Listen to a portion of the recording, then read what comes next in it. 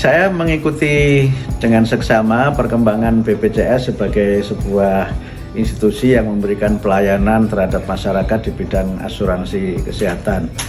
Dan memang sempat ada masa-masa yang sulit BPJS ketika ditetapkan menjadi sebuah lembaga negara, tapi alhamdulillah sekarang sudah mulai semakin membaik.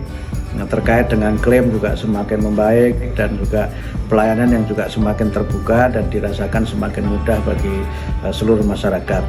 Saya kira ini sebuah pencapaian yang perlu kita apresiasi, apalagi juga BPJS yang sebelumnya sering dikritik sebagai institusi yang merugi, ternyata juga sekarang sudah bisa melakukan sebuah lompatan manajerial yang luar biasa, sehingga lembaga ini semakin dipercaya oleh masyarakat dan semakin memberikan kepercayaan kepada masyarakat untuk bisa mendapatkan layanan kesehatan dengan sistem gotong royong, dengan sistem di mana masyarakat ini tetap membayar asuransi, tapi tentu saja membayar asuransi itu bagian dari saling membantu satu dengan yang lain.